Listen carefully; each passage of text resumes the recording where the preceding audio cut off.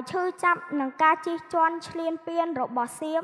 ជាបថោខ្ញុំសូមគោរពគណៈថាបតីជាទីគោរពសូមគោរពលោកគ្រូអ្នកគ្រូអាណាព្យាបាលនិងសិស្សានុសិស្សជាទីរាប់អានខ្ញុំបាទហៃមូនីរតនៈអាយុ9ឆ្នាំជាសិស្សថ្នាក់ទី5គោនៃសាលាអន្តរជាតិអេលីកុនថ្ងៃនេះខ្ញុំសូមអានអំណានមួយ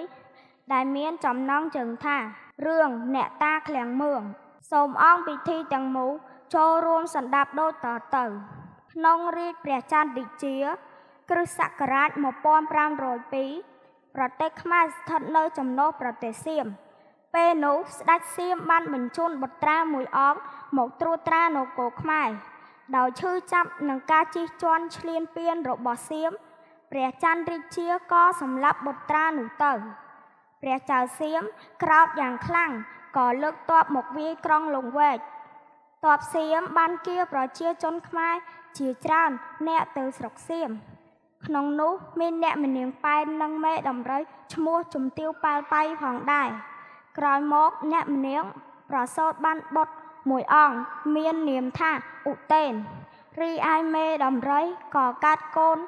មួយដែរថ្ងៃមួយឧតេនបានសុំមកដំរី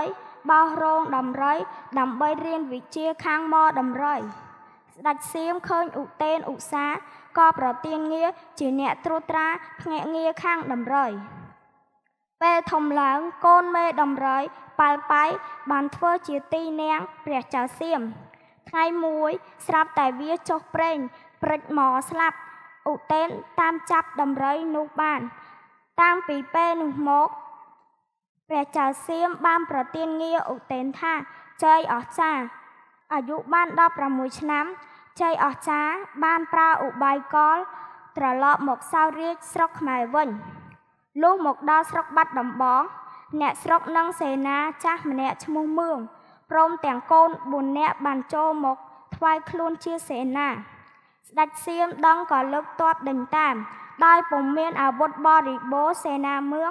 បានធានាថាខ្លួនតតាំងនឹងសៀមដោយប្រើឧបាយកលចម្លែកមួយគឺហ៊ានបដូរជីវិតដើម្បីទៅកែពលខ្មោចមកច្បាំងនឹងសៀមលោកបានបង្គាប់ឲ្យជីករណ្ដៅរួចដាក់ជំរងលោកលោតចុះទៅក្នុងរណ្ដៅនោះរីឯប្រពន្ធនិងកូន2នាក់ទៀតក៏លោតចុះតាមដែរលុះថ្ងៃពេញបូរមីគេលើសន្ធឹកក៏ក្រើកមេឃក៏ក្រើកដីដូចបណ្ដាំសេនាមឿងមែនតបខ្មោចបានដង្ហែជ័យអស្ចារ្យលើកទ័ពទៅឡោមព័ទ្ធមន្ទីរសត្រូវទ័ពសៀមភ័យរន្ធត់នាំគ្នារត់ប្រាសអាយុទ័ពសៀមបាក់បបខ្លោបខ្លាចទ័ពជ័យអស្ចារ្យក៏ត្រឡប់ទៅស្រុកវិញអស់ជ័យអស្ចារ្យឡើងគ្រងរាជ្យបន្តពីព្រះបិតានិងទទួលព្រះនាមថាព្រះជ័យជេស្តាសូមអរគុណ